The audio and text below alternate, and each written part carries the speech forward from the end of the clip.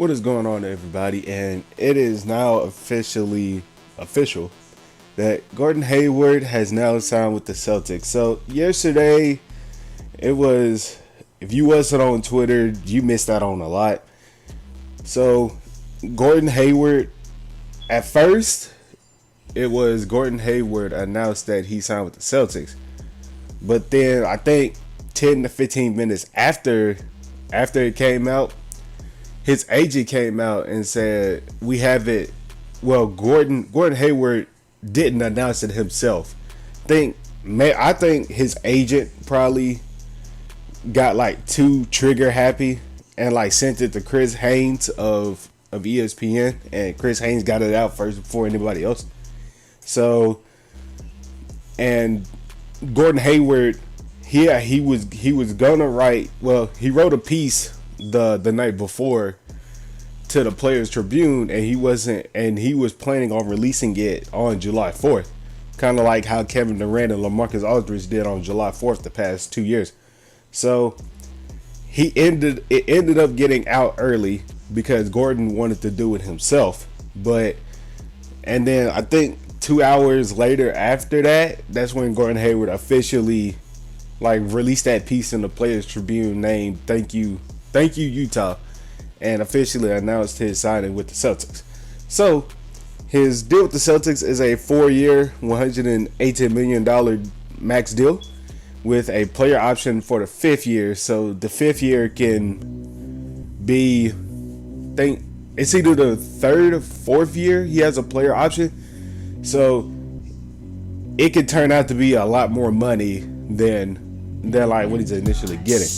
So now he's teaming back up with his old college coach at Butler, and Brad Stevens, who, if you didn't watch college basketball around about 6-7 years ago when Butler was making the back-to-back Cinderella runs to the national title games, then y'all missed something special, because Gordon Hayward was the driving force of that team.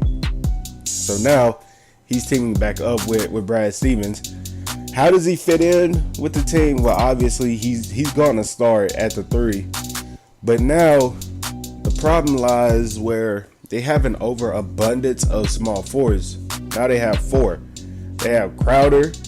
They got Hayward, Crowder. They just drafted Jason Tatum 3rd this year, and they got Jaylen Brown, who they drafted 3rd last year. So what does this mean for Jay Crowder? Because I would want to think that Danny Ainge wants to go younger, even though Jay Crowder's a good 3-and-D player.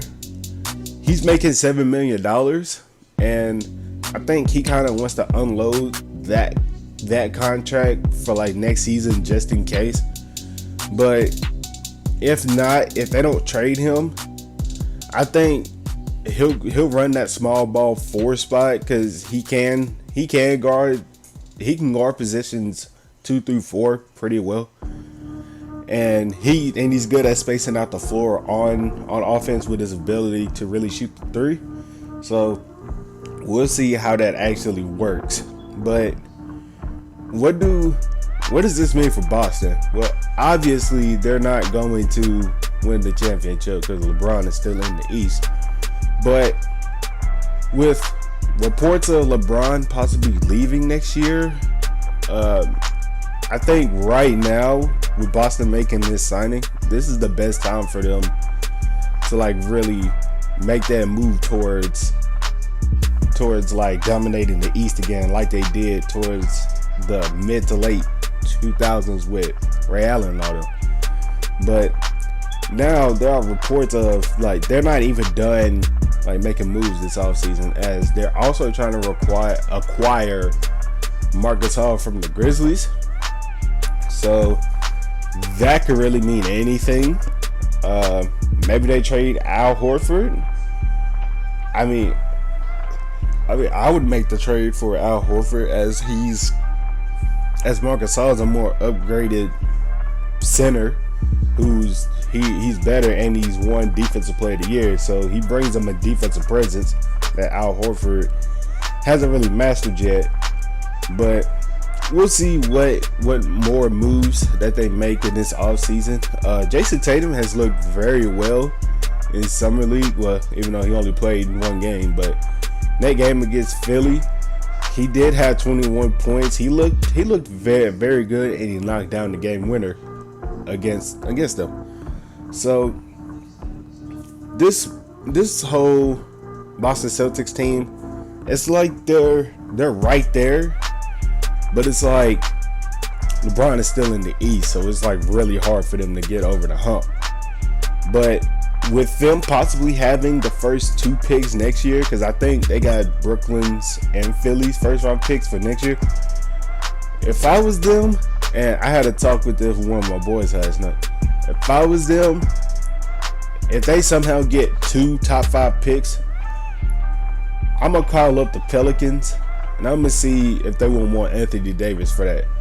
Because I mean, yeah, Anthony Davis is the star of the Pelicans, but you got him and DeMarcus Cousins, and you don't know how to really like shape out the rest of the roster around them, because they got so many big contracts that they would have to get rid of to really make moves. Like they got like Solomon Hill, who's making like $12 million, I think, and they got Ejuan Moore and Alex Ajinka, and they just re-signed Drew Holiday on a max deal for $25 million a year. So they're really cap heavy. So I think next year is where they're gonna, like, DeMarcus Cousins is really gonna have to choose where if he wants to stay in New Orleans, or my preferred destination for him is actually the Washington Wizards. If they can find somebody who could take that Gortat contract, I can really see DeMarcus Cousins going there, because him and John Wall, with that run that they had at Kentucky, even though it's only for 1 year, it was a pretty good run. And I think because those two really mesh well together, and they're really best friends in real life. So it'll be interesting what they do. But if, like I said, if I'm the Celtics, I really give up 2 top 5 picks for Anthony Davis or somebody like a big name power forward.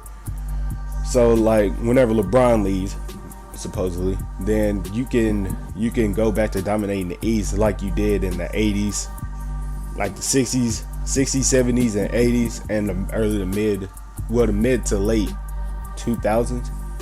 But Gordon Hayward brings them another scorer to go alongside with Isaiah Thomas. So it'll be really interesting how Brad Stevens manages to like mesh those two together, because Isaiah Thomas is not a pass first point guard. Like he could drop 30 points on any given night.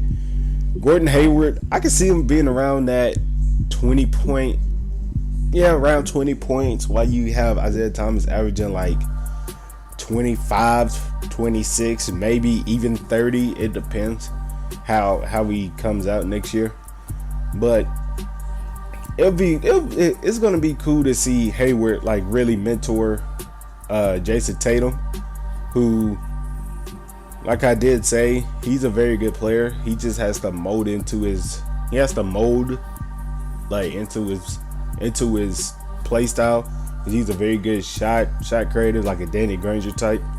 But within the next 2 to 3 years, I really see Boston like making a finals run, even though the Warriors look like they're not really going anywhere anytime soon. It'll be interesting to see like a different team, to see if they can kind of take down the Warriors, kind of like how LeBron was when he went to Miami. It was like whoever comes out the West, which, I mean, they won two championships in those 4 years that LeBron and Bosh were there. Well, that LeBron was there. And I want to see how the Celtics team ends up turning out. I think, like I said, give them about 2 to 3 years, they'll really make that run. But like, comment, and subscribe on this video. I I don't know what my next video topic will be. Actually, I think I'm gonna, since I don't really see any more free agency moves happening unless a trade happens.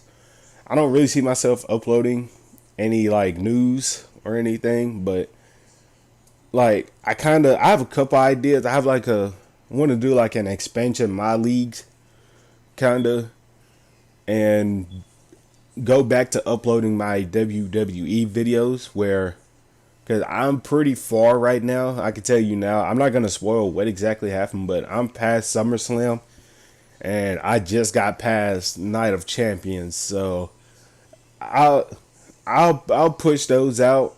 I just need to think about what I want to do with the my league expansion, my league, and with my career. I'm gonna speed up the process of those videos, because if I sit there and try to record every single match, it's really boring.